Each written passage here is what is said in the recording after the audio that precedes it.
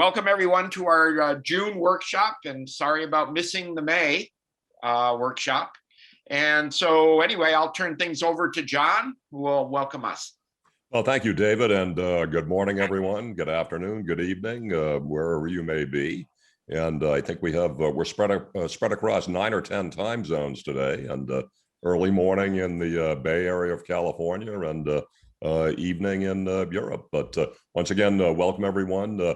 MR Resources and Q1 Instruments are very, very happy to continue to bring these, dare I say, quite popular meetings to us once a month, twice a month. We've been, I think this is number 20 since we've been doing this a year ago, March. And like I say, very, very happy. Great attendance today, great subject matter. Just a brief word, MR Resources have been around for 35 years, providing reconditioned NMR spectrometers, services, magnet quench recoveries, and so on. And Q1 Instruments, a bit newer to the game, if you will, but Don Bouchard is normally here with us to say a couple of words on Q1. He is absent today, but Eric, I believe you have a brief video for us. We invite you to get to know Q1. Q1 designs and manufactures complete spectrometers from 400 to 600 megahertz with features for routine use and the research laboratory. Want to upgrade an older system? Q1 can retrofit AS and UltraShield magnets with complete upgrades, including automation, for less than you think. Q1 offers NMR instruments with excellent performance at an unbeatable price. Experts know the key to performance is the probe, and Q1 offers smart tune and match probes made by Q1 Tech. Our STM probes have a patented hybrid tuning mechanism, which means faster tuning with unmatched reliability and improved throughput. Our STM probes have a patented design with a hybrid tuning mechanism free from drift and hysteresis for consistent performance, excellent signal and noise, superior solvent suppression, and are made by the renowned Q1 Tech team in Zurich, Switzerland. Q1 Tech has innovated to produce the world's first multi-platform probe, fully integrated into Topspin and VNMRJ platforms. The Q-Link Ethernet-based interface can be installed on a wide range of consoles to fully automate the operation of older NMR systems. Q1 Tech also offers custom STM probes up to 600 megahertz, such as this 3-channel high gamma probe for pharmaceutical studies, optimized for tritium observation, and providing a wide range of decoupling and correlation experiments. Want to know about Q1 and Q1 Tech? Contact us for a no-risk remote demonstration. Thank you. And thank you, Eric. Please do check out the Q1 product line, growing installed base at this point, and well worthwhile to have a look at. Enough said on the commercial aspects. Chris, to you, could you give us an update on meetings that are in the pipeline and going to be coming up soon? Okay, thanks, John. Yes, we do have a series of meetings coming up. Next one is in July, on July 22nd. This is the one that we postponed last month. This is on QNMR, practice of QNMR by Jose Napolitano. And we have a panelist of Charlotte Corbett from DEA and Gennady Kirish from Genentech joining Jose in that discussion. And following the July meeting, we have Brian Antelek and his team on DOSI and diffusion, followed by, in September, Gary Martin on N15, natural element N15 NMR in pharma and small molecules, and David Russell in Genentech in October. The dates have not been fixed. On David's and Gary's are both in small molecule. One is N15 by Gary and David in October on F19 NMR techniques. And then we are working out details of further into November, December. We will keep you posted.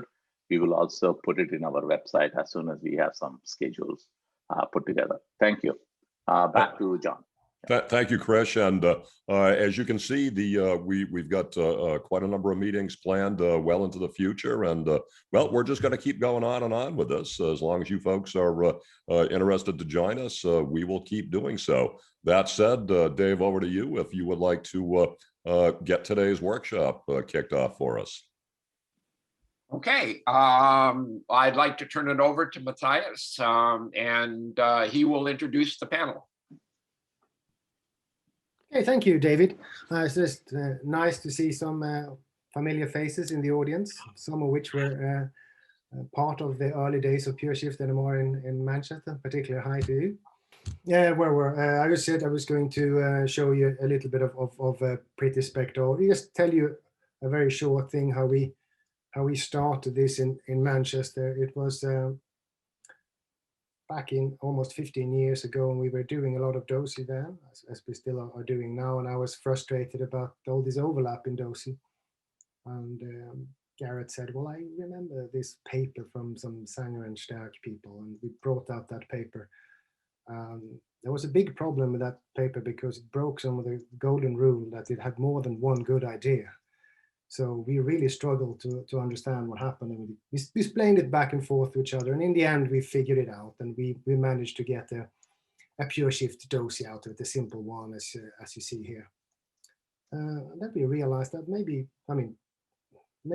there is something more to this pure shift than just DOSI. So we went along and we did some more pure shift spectra. I'll show you some of the pretty early work that we did. Of course, we weren't the first working on this. I already said Zangara, Stark, and other people have been working. It dates back at least to Alex Pines in the 80s who did this.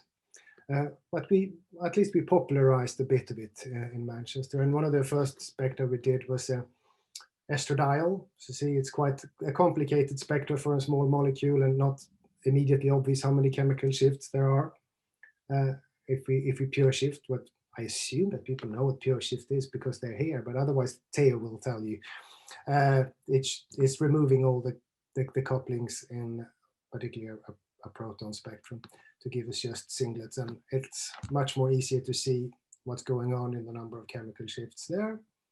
So I think that remains a quite pretty example. We just like Zangara Stark decided we could do this for a toxi as well. Toxi looks complicated for the estradiol as well. If we pure shift it and combine it with covariance NMR, we get a very pretty spectrum where all these cross peaks are real, really. So it's much more easier to interpret, of course, than the original. The last pretty example from the early days I'll show you is just one cross peak from a big multi-quantum filtered COSY that we thought was a nice example. I really couldn't tell you what's going on here from this picture, but if we do a pure shift, it becomes immediately obvious. So that's just a bit of glimpse of what you can get from today's real speakers. I will introduce they're going to be Teodore Parella from Barcelona. And after that, Ralph Adams from Manchester as well, who was with us from the early days and still doing a lot of good stuff with Pure Shift. It's going to give us some tips and tricks. And then Christina Thele from Darmstadt will tell us about some exciting applications. And with that, I would just hand over to Theo. Are you hearing me? No, yes. Theo. Now, yes. Okay, sorry. Okay, first of all, it's good morning or good evening, or I don't know, good night to everybody. And I would like in this introduction to describe some fundamentals about how to generate this pure shift spectra. I would like to start with a spoiler. The final result is the simplification of the proton spectrum by removing the the multiplicity, the J splitting in the proton spectrum, and obtain a pure chemical shift spectrum like we have in carbon-13, conventional carbon-13 NMR, in order to each resonance has a single line. Then in principle, there is no many discussions about the type of spectra we have. Is a clear simplification, but it's important that to know the details about how we can acquire this data, and then the pros and cons in terms of, it's important in terms of sensitivity, and also in terms of spectral quality, and also we will see that the basic ideas of how to acquire this 1D pure shift spectra can be extrapolated to dimensional NMR. And then at this moment, it's important that to say that we can have in our library any version, any pure shift version of any experiment we use in our routine job. Only to have an idea about the importance of the pure shift NMR, this is an important gain in spectral resolution. And we can see only a simulations here as a function of the magnetic field as two resonance only separated by 0.1 ppm simulation. When you have pure shift only signals, even in a benchtop machine, you can differentiate signals. And at this moment, there are several publications describing that pure shift is also possible at 60-80 megahertz benchtop equipments. But accepting this spectral gain we obtain, spectral resolution gain we obtain, the first question is how we acquire this data, how we can obtain this data. And basically, this is a basic experiment for us is the J-resolved experiment. And in fact, we know that the projection along the detected dimension of a J-resolved experiment can be a very simple way to obtain a 1D proton pure shift spectra. And this is the typical pull sequence design, where we have a refocusing element just at the middle of the T1 period. And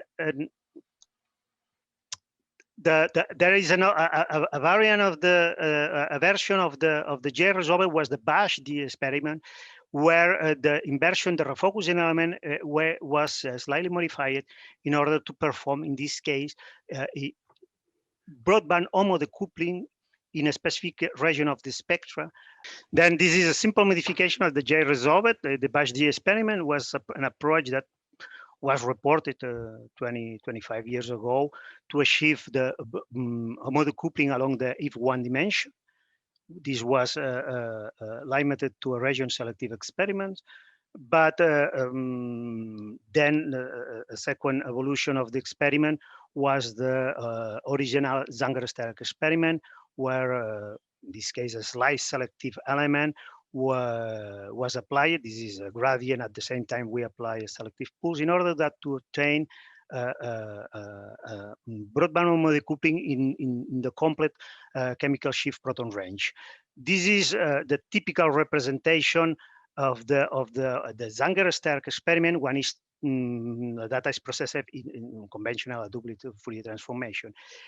And when trying to, this is the original experiment of Zangara, where the selective G-resolved experiment, this article was published in '97, and Zangara reported the idea is if the data, if we select the first about the 10 milliseconds of each FID recorded in a two-dimensional experiment, we can reconstruct 1D FID that is processed as a normal FID to obtain the pure shift spectra. This is the original idea of the Zangara experiment that was developed after some years. Then this is a general scheme to design pure shift experiment. The pure shift experiment always use a basic NMR building block that consists of a hard 180 pulse. This is an inversion element to Homode couple the proton-proton coupling constants. And the most important thing in Pure Shift NMR is the selective inversion, selective refocusing element. And these are several building blocks that we can use as a selective refocusing element. And all these building blocks and has been applied in the most of the 1D, 2D experiments to generate Pure Shift spectra. The BASH-D experiment, the basic BASH-D experiment, use a frequency selective experiment. That means this is a frequency selective experiment, differentiate spins as a function of their frequencies. A second approach is the spatial encoding method, that we split the NMR tube in several slices along the Z dimension. This is the dimension of the Z of the gradients, the specific gradients. And here, the major problem of the slice selective method is the loss of sensitivity. In general terms, if we split the NMR tube in 100 slices, that means that the overall sensitivity should be only of about 1% of the full sensitivity. And another approach, also use it in ultra-fast NMR, and then the Psyche element was developed by the Manchester group, was the application of an time-dependent refocusing by using an adiabatic pulse, using in combination with a simultaneous weak gradient. This generates a statistical selection, and in general terms, this general statistical selection affords about 10% of the sensitivity. In practice, the adiabatic pulse is a 180 refocusing pulse. In practice, in Psyche, we use the angle flip is about 15, 20 degrees. That means more or less the 10% of the signal. And then finally, we have another method of selection is the isotopic filtering, that is typically in heteronuclear experiment using the BERT element or some of its variants that allows the distinction between proton attached to carbon-13 from protons attached to carbon-12. This is the basic elements to generate these selective refocusing elements. And then exist two different acquisition modes to obtain Pure Shift data. One is the conventional, the original Zangara experiment that used the interferogram method, where a two-dimensional J-resolved experiment is recorded. We have a 16, 32, 64 increments, and then we select the first part of each serial FID, and we reconstruct a 1D FID that is transformed in the usual way. The major problem of this method is the two-dimensional acquisition mode, that and sometimes can be time-consuming compared to the second approach. The second approach is the real-time Homode decoupling, where the building block described by the hard pulse and the selective pulse is inserted directly into the FID in order that to generate a small holds about, if possible, about 10 milliseconds as longer, in order that to obtain directly an FID that is processed as usual. That if we combine the different selective inversion elements is slice selection, Psyche selection, frequency selective selection, or BERT selection, can be combined with the two-dimensional interferogram-based approach, the Zangara experiment, or can be combined with a real-time acquisition. And then during the last 7-8 years, have appeared a lot of applications, Pure Shift applications that use this combination of techniques, except that the Psyche experiment that in real time Homode decoupling cannot be applied. In general, today is accepted the Psyche experiment is the more robust experiment for homonuclear decoupling in proton NMR, and then region selective experiment is of interest if you want to excite a specific part or specific region of the spectrum, and the BERT element is generally accepted in HSQC or adequate experiments to perform the equivalent Pure Shift experiment.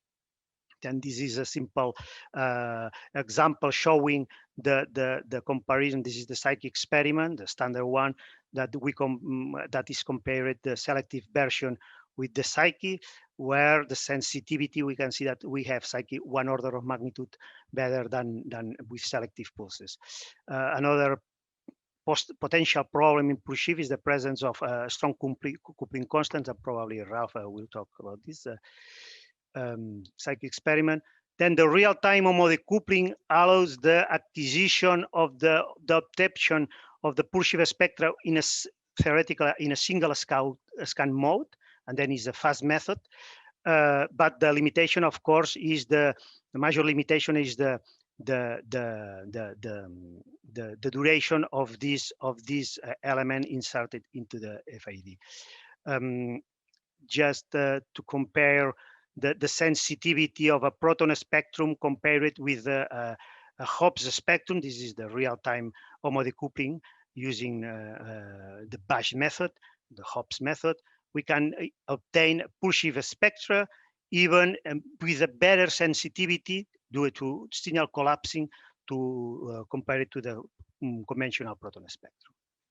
Another a standard experiment to have in the library is a Pure Shift HSQC, where this is real-time Homode coupling, where the BERT element is used into the FID, combined with the hard inversion element.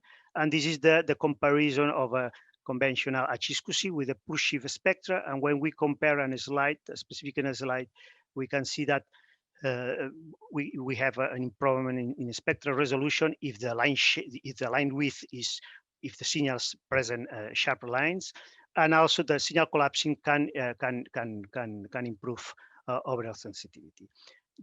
One limitation of the HSQC is the BERT element doesn't refocus the geminal proton-proton coupling constants, and in the case of diastereotopic CH2 systems, methylene systems, the proton-proton coupling constants remain in the spectrum. This is a classical AV spin system.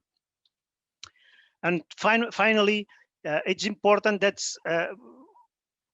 we can have any a Pure Shift version of any 1D and 2D experiment. And also it's important that it's possible to combine the Pure Shift strategy with other strategies. One example, Mathias already presented this. This is a variant of the Bash toxic experiment, where the inversion, the refocusing element is the Psyche experiment, where we can convert, we obtain, if one Homode couplet in this dimension along the indirect dimension is Homode couplet in this dimension, and then using, in this case, an alternative method that is covariance, indirect covariance, we can in some way translate the information from the if1 dimension to the if2 dimension by data processing, data post-processing, in order to obtain this spectra. This spectra can also be obtained with real data acquisition, but probably is more time consuming. And finally, is another important experiment I am using daily for routine use, is the combination of the HSQC, for instance, using spectralizing. If you use, this is the example, this is a normal HSQC. And when you use spectralizing, you know, the HSQC has more or less a diagonal representation. Then if you cut the spectral width in carbon, for instance, reduce from 160 ppm to 5 ppm, the signals are analyzed. And then, but it's easy to know the real chemical shift because it's proportional to the spectral width you use in the spectralized experiment, but more or less in the same experimental time, you can increase the spectral, the digital resolution and the spectral resolution in the if1 dimension, at least by 1 or 2 order of magnitude, using more or less the same experimental time. If you combine spectralizing with Pure Shift NMR, HSQC Pure Shift NMR, we can obtain very high resolution even in 300, 400, 500 megahertz spectrometers.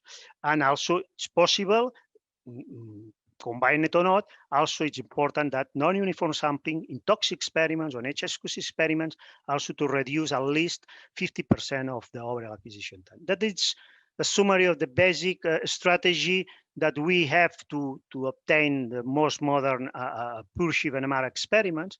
And also the general strategy is, okay, we first, it should be disabled first, we acquire the conventional experiments, and then if signal overlapping, spectral congestion is a problem, we must know that we will have the opportunity to run the equivalent pure shift spectrum. Okay, that's all.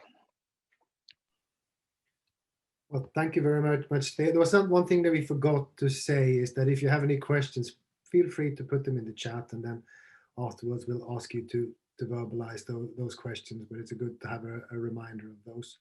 So thank you very much, Theo, and I'll hand over to Ralph for the next part on tips and tricks.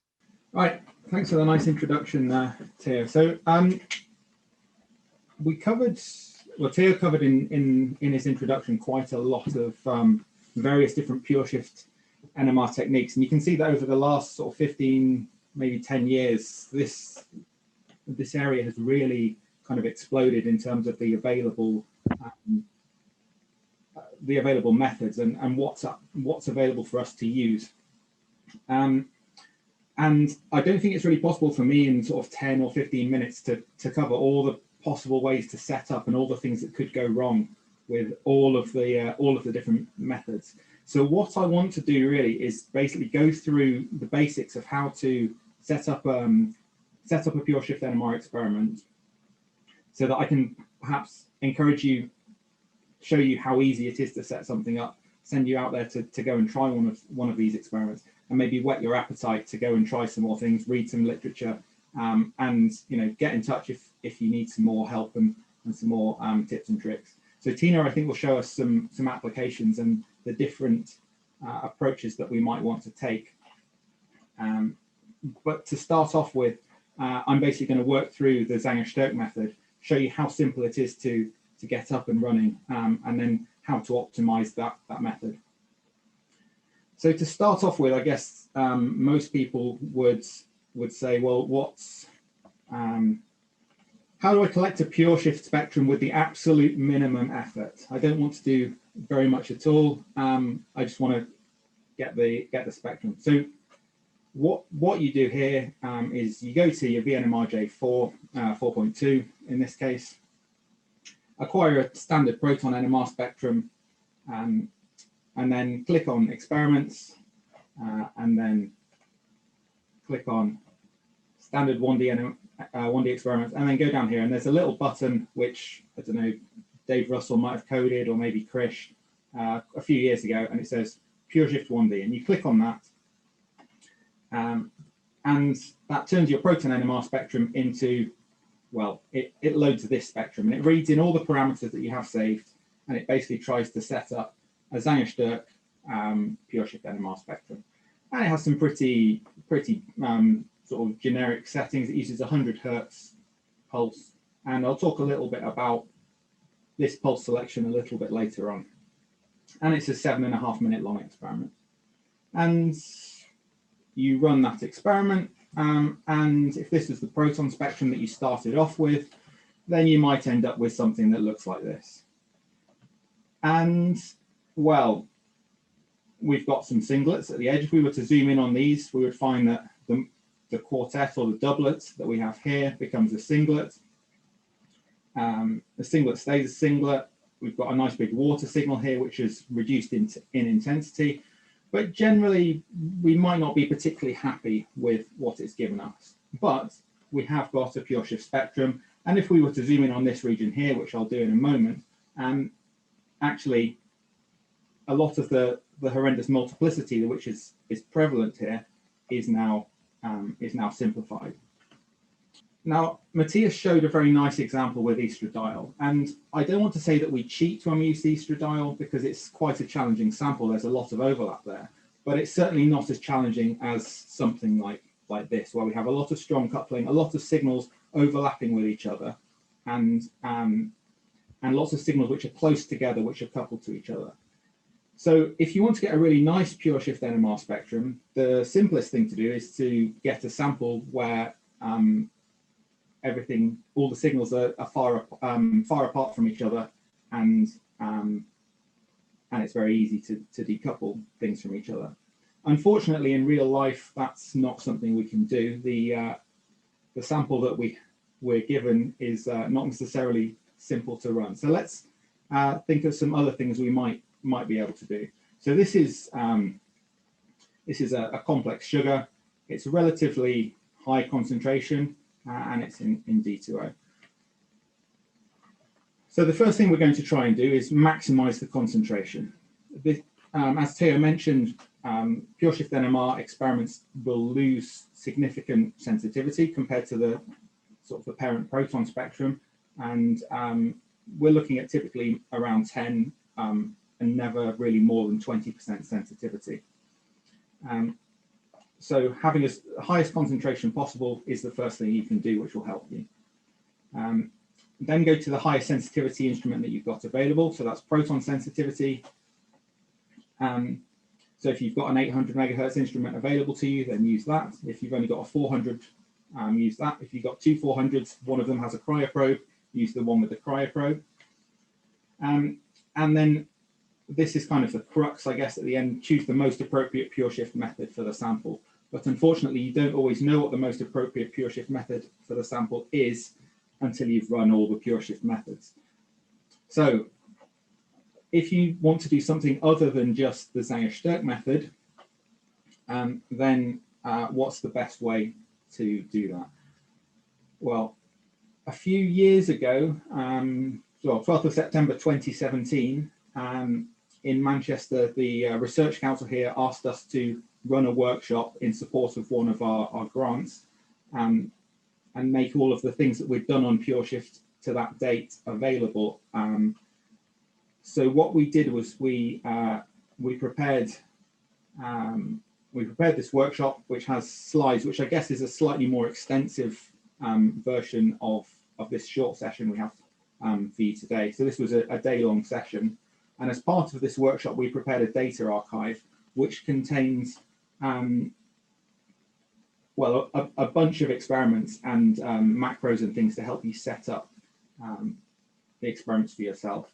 So this is, we have data available for Bruker, Varian, and also for those of you still running INOVA systems, Varian INOVAs. And what you can do is go to this website and download, well, probably the best thing to do is download the manual first of all, and that will tell you how to get started. So if we were to download this manual, we would go through and have a page like this. It basically says download the data and copy it into these directories. And once you've copied all of the components within the zip file into the appropriate directories here, then you're basically in a good place to start. And what we've tried to do with these is make them as easy as possible to set up. Not quite as easy as just clicking the button in VNMRJ, but it's not much more difficult. There's basically a bunch of setup macros. So you just type the name of the macro here. And what it will do is it will load the pulse sequence. It will read in your typical pulse sequence parameters. So normally your proton 90-degree pulse, which needs to be saved. And then it will read those parameters in, and it will set up the pulse sequence and a bunch of parameters, which hopefully will allow you to acquire something a little bit better than the default Varian settings. So let's have a look at that, see if it's any better. So here I've acquired a standard proton experiment for that same horrible sugar sample. I've acquired this proton experiment, and now I'm going to run this macro, and what that will do is it will load in a pulse sequence which looks pretty much identical to the standard Varian one. But this time it's selected a 50 Hertz wide selective pulse. And again, I'll talk about what this means in a minute and how we can change that to optimize it. So we acquire this, so type go. And these are all set up using PBox. So they will generate all of the selective shapes for you, and within the manual there's a bunch of settings that basically say which setting, if you want to choose a certain pulse shape, which parameter you have to modify. Then you have to process the macro. So if you've acquired, because of the non-standard way in which these data are required, because of the non-standard way these data are collected, we have to run a processing macro rather than just allowing a normal Fourier transform to produce the spectrum. So we run the processing macro, and that generates something that maybe looks slightly better, but probably not. So here's our proton spectrum, and again we have a relatively ugly looking pure shift spectrum on the left. So now we come to optimization. We've got a pure shift spectrum, great. It might give us, if we zoom in on it closely, which we'll do in a little while, it might give us some useful information about this very complicated region. But how do we optimize it from where we are now? Well, as Theo alluded to, the Zangara pure shift experiment is dependent on the spectral width that we selected and the gradient that we're using. So what we're going to try and do is ignore these signals on the right hand side, where we're not really worried about trying to resolve those signals from each other, and we're just going to zoom in on the slightly busier region of the spectrum. So we'll select the region where the signal overlap occurs, and this is probably where you'll get your first error when you try and run these things. You'll normally get thrown up an error when you set the spectral width, that you get a DPS error. SW1 must be an integer submultiple of SW. So what does that mean? Well, due to the way that the chunks of data are required, what we do is we take a certain amount of a certain number of data points from the beginning of the FID. Then we run the experiment a second time, and the timings get increased. And then we take the first set of data points from the next FID. And what we need to do is make sure that when that first set of data points that we've taken from the first FID are joined on to the second set of data points from the second FID, where one chunk of data stops, the next one starts perfectly. So we want the evolution to be smooth from one data chunk into the next. And the way that we can ensure that happens is by making sure that the SW over SW1 is an integer. So this ratio is an integer value. If it's not an integer value, then we'll get an error and the spectrometer won't let us run the experiment to make sure that we do this properly and we don't end up with a load of signals in our spectrum that shouldn't be there. Okay, so we'll set it up properly, and then we'll run go check to generate the FID. You can see in this spectrum here as well that I've set the bandwidth of the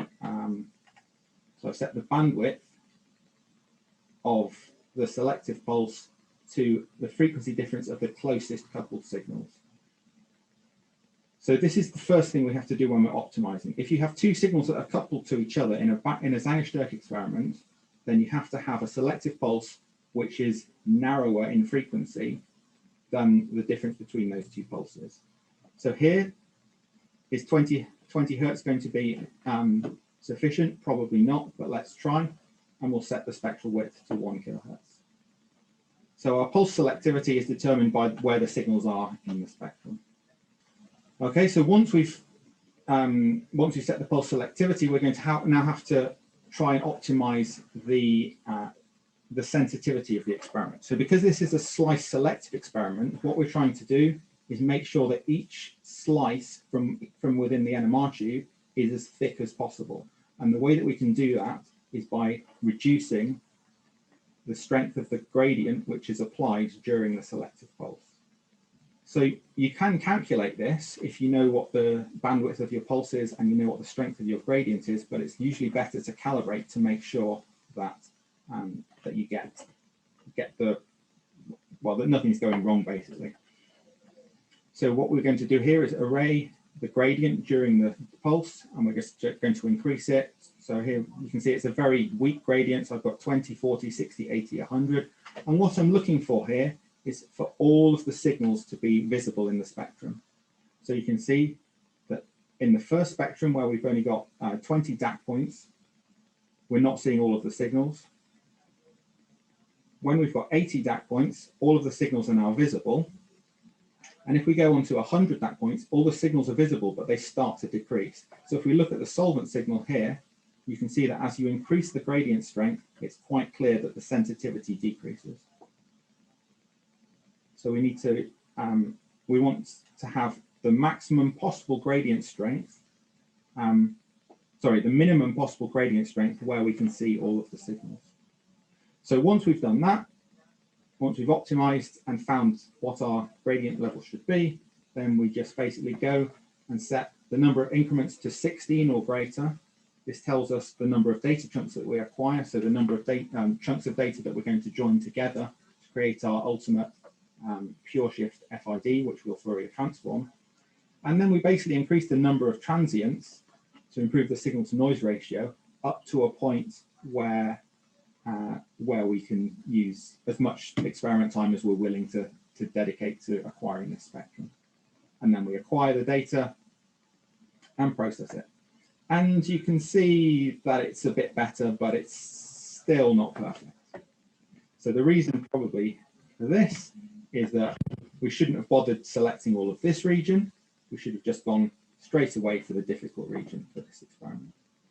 So we'll try a narrower region, try a lower bandwidth pulse.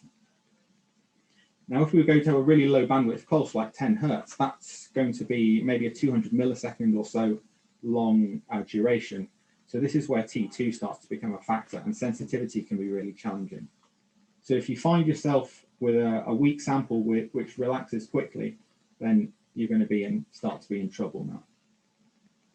So we acquire the spectrum with 10 Hertz, and we can basically resolve most of the individual signals that contribute to the spectrum from within these multiplets. This is where the problems start to show up with the method. We've got some strong coupling or potentially signals which are less than 10 Hertz separated here. So what do you do in this situation? Well, you extract the signals which are useful to you, which give you the right chemical shifts. And for regions where you've got difficulty, this basically shows that this Zangara experiment is not good enough for you in this situation. And what we're going to have to do then is maybe go on to using a Psyche experiment, or even go on to using the BIRD. And what the BIRD HSQC is particularly good for samples like the one I'm showing here, because you're then spreading your signals out into a second dimension, carbon-13 dimension, which is already going to give you significantly higher resolution because you're spreading the signals out into 2 dimensions. So what I hope I've showed you with these is that you can get some very nice results with Pure Shift, as Tina and Theo will show you. But even if you have very challenging samples, you do have to work to get Pure Shift NMR data out. What I would encourage you to do is try some of these experiments out. Go to this website, download the experiments, and give it a go, and see if you can get better results than I've managed to get with Zangara with these complex sugar samples. So I think you can obviously ask questions. If you don't have any questions now, or you think of anything, I'm happy to take questions in the future via email. And if you do try running some of these experiments and you would like some help with them, then do feel free to drop me an email. If you can include some of the data that you've acquired, or the data set that you've acquired, that makes it much easier to help diagnose any problems. Because if you just send me a screenshot of a spectrum, there's not much I can do to help. Okay, thank you very much, Ralph. There were a couple of questions, but we can deal with them at the end of this, I think. As Ralph very helpfully pointed us towards our workshop. I will also, at this point, try to make some shameless promotion of our stuff for the Brooker users. I will drop a link in the chat for we have made a contribution to the Brooker user library, which contains many of our Pure Shift and other sequences with helpful macros, and they're quite easy to use. Please try. They should be very easy to use. That's the idea of them. But please try them, and we'll be very happy to have feedback if you struggle with this one, and we'll help you to get things set up. So for the Brookie users of you, some Manchester experiments in the user library. And with that, I will now let Tina loose and tell us about applications. You will let me loose. Okay, I have to think about that. Thank you very much, Matthias, for inviting me to speak here. And it's an honor because I've seen several names in the participants list that know much better than me how to do Pure Shift NMR. Nevertheless, I think I can show you from the application side why Pure Shift would be interesting for you as well. And I have a little story for you. So this Pure Shift has been around for approximately 3 to 4 years before I went to Brazil to the Orem meeting. And there Matthias gave a talk, and I had seen all these dozy Pure Shift things before, but I never realized how useful this could be until I saw the NOESY spectrum. And then I remember Matthias and me going back on the same plane, and basically we were talking from minute one in the bus to the airport, at the airport, on the plane. So this was pretty long. And so this is how I came into this field. And maybe what I tried to do is put together examples here that might show you why Pure Shift is also cool for you. Maybe strychnine is not the best example because this is an easy one. Yeah, you see here that we have this large chemical shift dispersion. Nevertheless, I encourage you to start with such an easy sample like this, because then you will get a fast success, basically. However, you will see more challenging examples. So when would you want to do Pure Shift? I think there are 2 main reasons. Either you have a mixture of compounds or you have overlapping multiplets in complex compounds. And I will show you examples of both. Let's look at mixtures first. So if you have abervectors calixarenes, then you will know that they give complex spectra, and sometimes they give complex spectra of mixtures. And this is an example where this happened, and it is one of the first Pure Shift, proton Pure Shift applications that was published.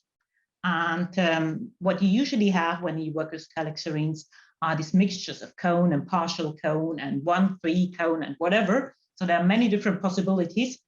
And if you look at the proton spectrum here, wait a second, I'll put on the laser pointer again. If you look at the proton spectrum here, then you see that in this methane region, this is pretty crowded here, and you can nicely resolve this using Pure Shift. So this already is a nice example where you can nicely see the resolution enhancement basically by Pure Shift. A sample or a mixture of compounds where you don't see already from the structure that the spectra might look very similar is this mixture of provitamin D3 and vitamin D3. If you have a closer look, then you see that you can just cyclize that ring and then you arrive at that compound. So the spectra are very similar. And then, of course, Matthias has shown you that those sometimes is the solution to the resolution problem. But in this case, this didn't help. And here you also have the problem that if you have 2 compounds that have overlapping signals and you try to measure a dosage spectrum, then you do not get the diffusion coefficients of the 2 compounds, but you get an apparent diffusion coefficient that is somewhere in between. However, if you acquire a Pure Shift dosi, then you can nicely separate the diffusion coefficients and also, of course, the signals of the 2 compounds. So you might consider using that method in such a case. For example, for the calixarenes I showed on the slide before that, with the methods available at that time, dosi was not a resolution a solution to the resolution problem, I should say. What other kinds of mixtures can you have? You can, for example, have a mixture of diastereoisomers. So if you compare these 2 compounds, you will see that this stereogenic center here has a different configuration than in this compound. So these two are diastereoisomers. And sometimes in synthesis, you want to just know how stereoselective was my synthesis, how much of one diastereomer do I have with respect to the other. And then if you look at the proton spectrum here at the bottom, you see that you have a doublet of doublet. And you could, in theory, get the amount of each of the diastereoisomers by doing a deconvolution. But you can also use the pure shift methods, the interferogram-based one or the real-time based one, and you can quantify the species more or less accurately. The same is true if you have enantiomers. Of course, if you do not have a chiral solvating agent, the enantiomers are there. They give the same signal, so you do not get a resolution. However, if you add a chiral solvating agent like purple alcohol here, what you see here is at the bottom, you see the spectrum of this compound in the two enantiomeric forms. As soon as you add purple alcohol, you can see that the two enantiomers show split signals basically, but you cannot or you do not have baseline separated signals. But once you do the pure shift approach, and in this case, these were individual selective spectra, then you can nicely see that you have baseline separated signals. So these might be a potentially useful pure shift for you. So these were mixtures, and mixtures is one kind of a problem. The other kind of a problem is complex compounds or complex multiplets in compounds. And you've seen this this example before because it's a particularly challenging one. And I'm repeating this here because it fits well into the story, and I really like it. It's really impressive. It's not meant, it's not that we didn't talk to each other. We decided on purpose to show this again to you because it's so nice, and you might see this on with a different view again here.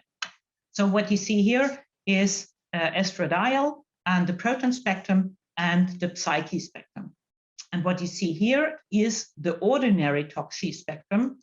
And you will agree that this region is extremely crowded and that this toxi doesn't help you at all.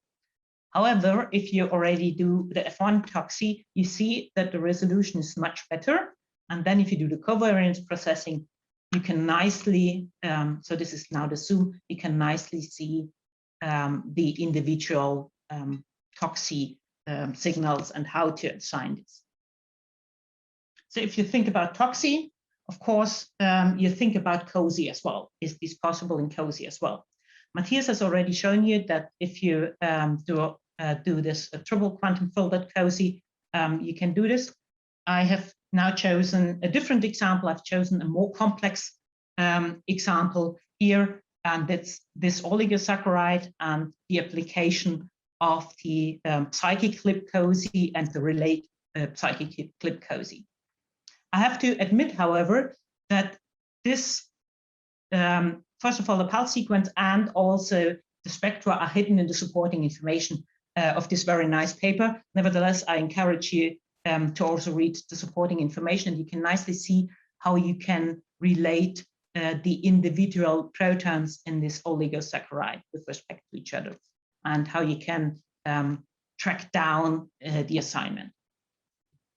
If you think about COSY, you already think about NOSY, and you've seen that NOSY was one of the first experiments. And I've just put this into a different order here to make the context or to make the story flow better. Let's put it like this.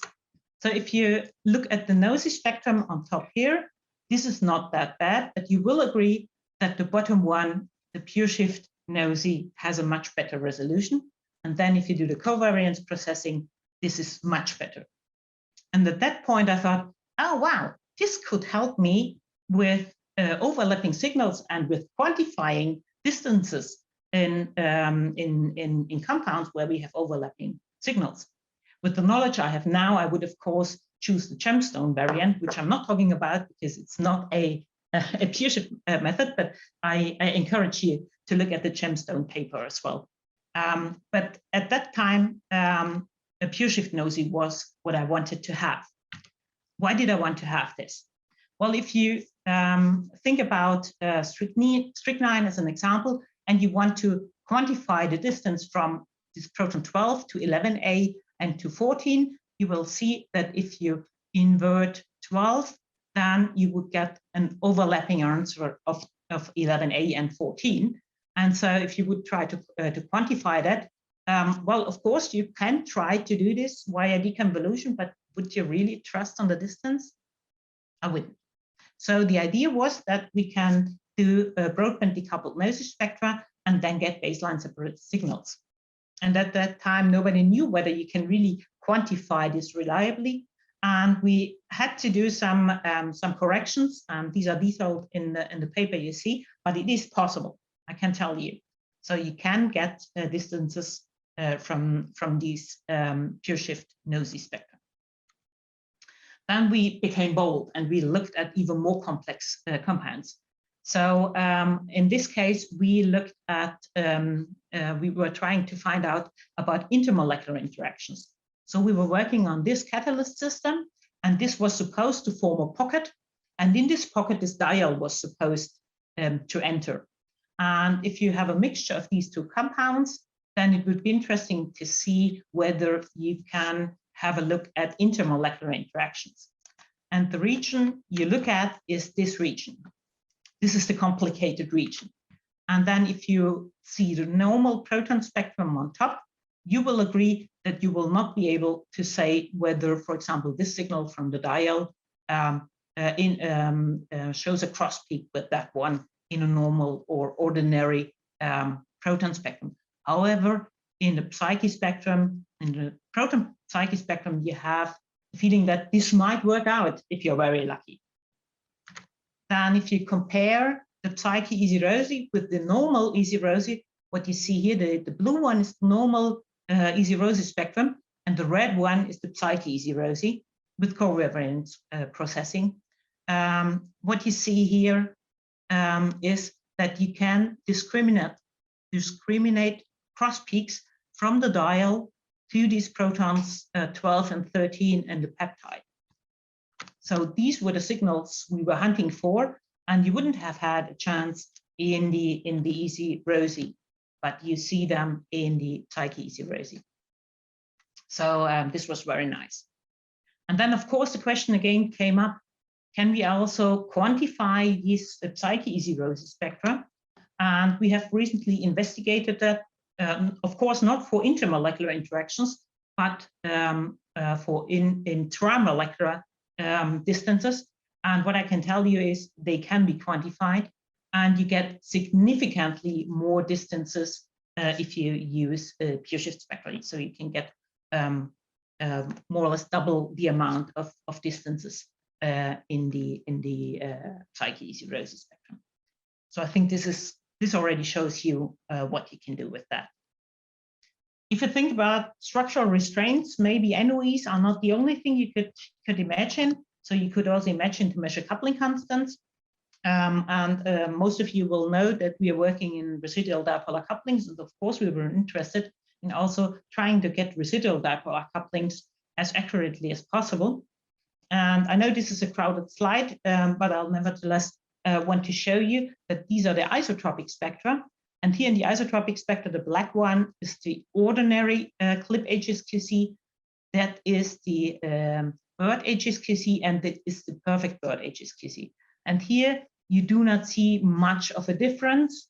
You see that the proton-proton coupling is removed here, but here in the signal of the diastereotopic protons, you see first of all that you can remove all other couplings when using the bird, apart from the coupling within the diastereotopic group in the normal bird, but that you can also remove this coupling within the diastereotopic group by using the perfect echo. And you will say, of course, here, this doesn't pose much of an issue. So here you wouldn't need pure shift. However, if you look at the anisotropic sample, where you have huge proton-proton dipolar couplings turning up, then you can see that this might be a problem in evaluating the couplings.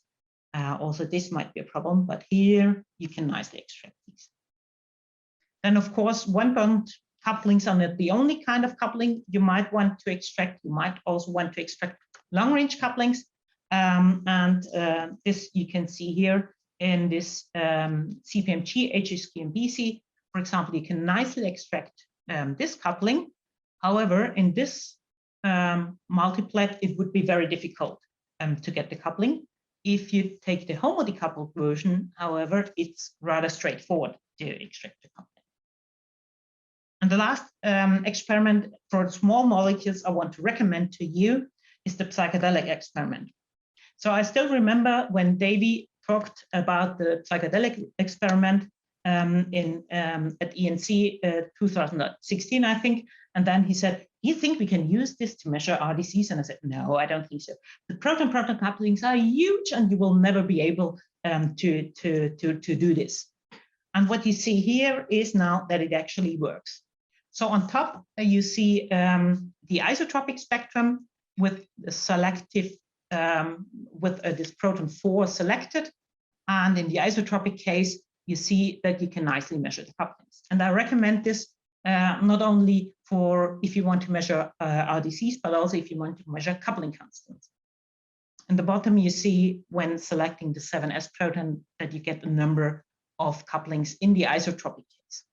However, in the anisotropic case, there are a lot more couplings, and there's one of these particularly large ones here that you can still nicely resolve. So I can really recommend that experiment. That's really a good experiment, and it works very reliably for the measurement of proton-proton couplings, but also of proton-proton RDCs. So now I've shown you several experiments for small molecules. Now you will say, what about proteins? Are there no protein applications? And the thing is, for proteins, things are a bit different, because for proteins, this isotope filtration via the bird will not work, because you usually have carbon-labeled compounds, and then this isotope filtration via bird will not work for the heteronuclear coupled compound spectra. And so what about applying these? So there's been one experiment where the Zangara HSQC has been applied to alpha-synuclein by Klaus Zangara. And what you can see nicely is that the resolution from the normal constant time HSQC to the homodecoupled HSQC significantly improves. But what I consider a real step forward is the selective H-alpha C-alpha HSQC from Burkhard Louis and Andrea Bodor, because what you can see here, this is the normal constant time HSQC, and this is the Shaka HSQC, and you will agree that the gain in resolution is really significant. Of course, this is a selective experiment, but nevertheless, I think what you can see is that there are also applications for proteins, and that these could be of interest for you as well. So I hope I could show you a potpourri of applications. If I didn't mention any application that you have published, I'm sorry, I had to pick. And I've picked examples that I thought give a nice overview. And so I hope I've shown you that PureShift could also be something for your question. And now I think I'll stop sharing, and I look forward to answer any questions, as all of the other panelists will. Thank you very much, Tina. I hope there are some excellent talks. I hope you'll all join me in a virtual applause for them. Fantastic. Before we carry on with the questions, my friends at Yale tell me that lots of our sequences, the Manchester sequence and others, are available, particularly in the new upcoming version, where they have, for example, Sapphire that we didn't talk about today, which is a way of clearing up some of the artifacts in PureShift Spectra. So they will come in the next release. If you really want them urgently, you contact Paul Boyer, Adolfo Botana, or Michael Mallon, and they'll send them to you. All in the interest of spreading the joys of PureShift in the world. So we'll have some questions, and we'll start to go through them. I have to scroll back here a little bit. First question: will long pulse hurt a cryoprobe? the long pulses that Ralph was talking about, I can answer this quickly because it are very low powered pulses. They won't hurt your cryo probe. Next question is from Bani Silva Correa. Would you like to ask that question in person, Bani, about quantitative data? If so, you just unmute and ask the question. Well, I hear nothing, so I'll read it out. Then, is it possible to obtain quantitative data? And I can start answering that one, and people can chip in if they want. Depends on what you mean by quantitative. The biggest problem there, contributor, is the T2 relaxation. So within a spectrum, the individual integrals of the peaks will be weighted by their T2.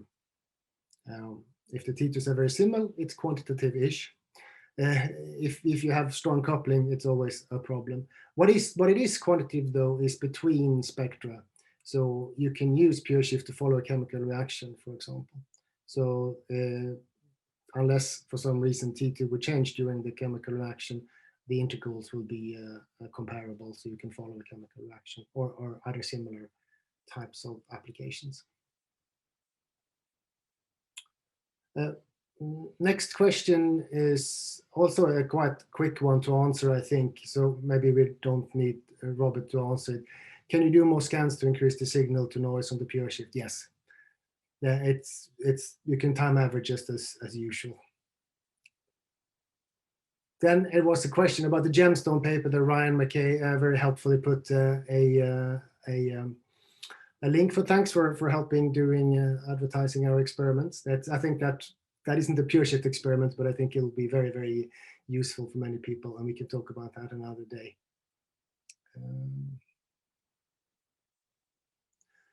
Erica, would you like to pose your question there? I think that might be for Tina, right? Okay, so I'll ask Tina. Tina, are the spectra of the enantiomer mixtures quantitative? Well, to be honest, I was skeptical. But I was surprised how well it works. So I think the issue you pointed out concerning the T2 differences, they are there. And we've seen this in the strychnine example, for example, very dramatically. And to some point, you can correct that by a T2, by a correction with T2. However, I think, you know, in what is the question if you have an enantiomeric mixture? Then you want to have an EE, and let's put it like this. I would say it is quantitative to more or less, I would say 3%, but I wouldn't go any further. So this is what I would guess. But one could assume that if one assumes that the interaction of the chiral salt weighting agent with the two enantiomers is not changing T2 significantly, then the two should have the same T2, and then this should be okay-ish. I would never put my hand into fire for an EE determined to 0.3% by this method, never. But then would you ever do so when doing NMR, or would you rather go for a chiral HPLC if you need to have an EE determined by point something? So does this help you? Is this kind of okay-ish as an answer? So I would say 1 to 3% is what I would not go beyond. Yeah, I think for quantitative, you need to use common sense and your knowledge about the thing. It turns out that the quantitative issues are actually quite complex, and we're working a little bit on that. But it's never going to be as beautifully quantitative as a well set up proton experiment. But if we use the common sense, we can still answer a lot of important scientific questions. It might be worth adding that if you're doing something like reaction monitoring, then from one experiment to the next, it will be quantitative, because unless the T2's changed for your molecule as a result of the reaction proceeding. But if you run one experiment and then a second experiment, then you should basically get a change in the integral that results from a change in the concentration of the species. Yeah, thanks for pointing that out again, Ralph. That's absolutely true. Are the series of spectra where you expect the relaxation to be the same as a series of whatever extraction samples, that would be the same situation. So we're running out of questions. I promise I won't force you to ask it in person if you don't like to. See, people seem a bit shy to do that today. But if anyone has any more there.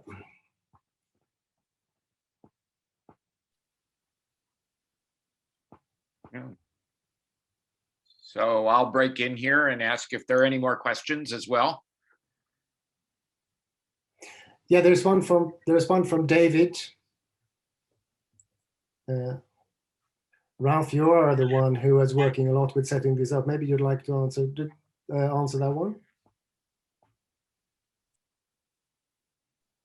Shall I, David? Would you like to ask your question, or shall I read it out? Oh, either way is fine. But yeah, just generally, I see that you all find estradiol is a really helpful sample to work with. I'm really a beginner. I'm really naive with these, and I would love. I'm not sure if I have estradiol lying around.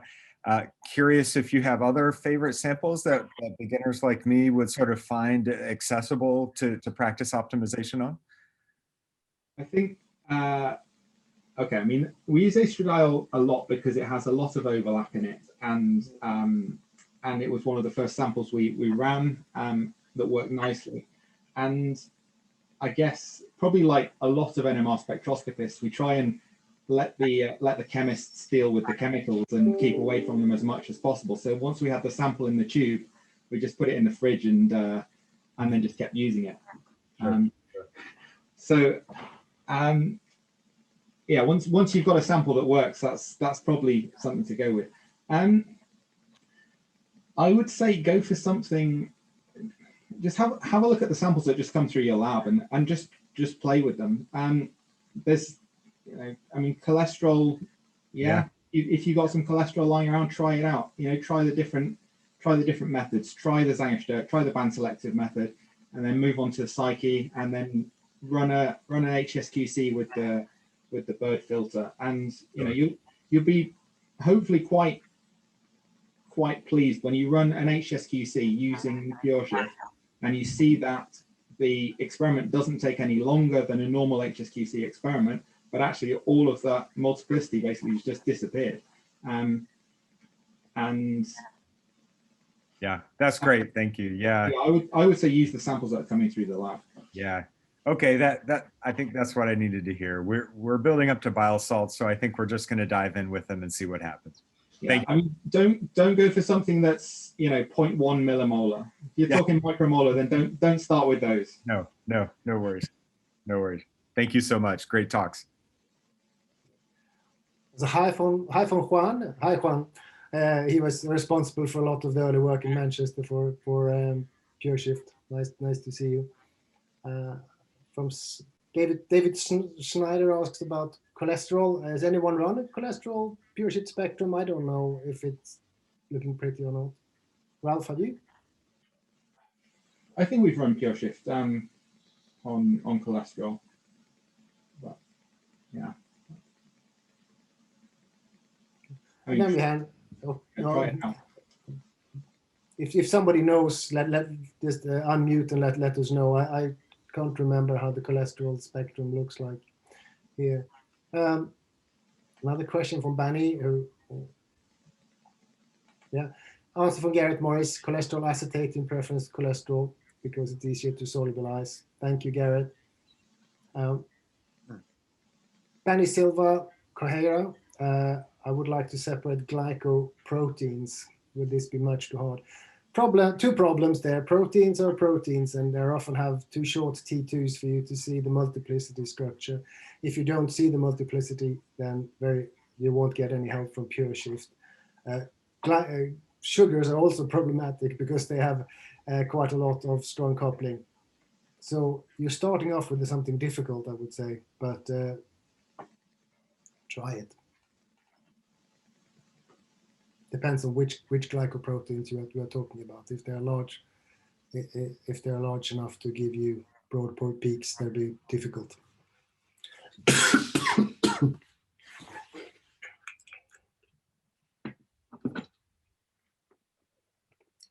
You should stop smoking, Matthias. I should. No, I don't.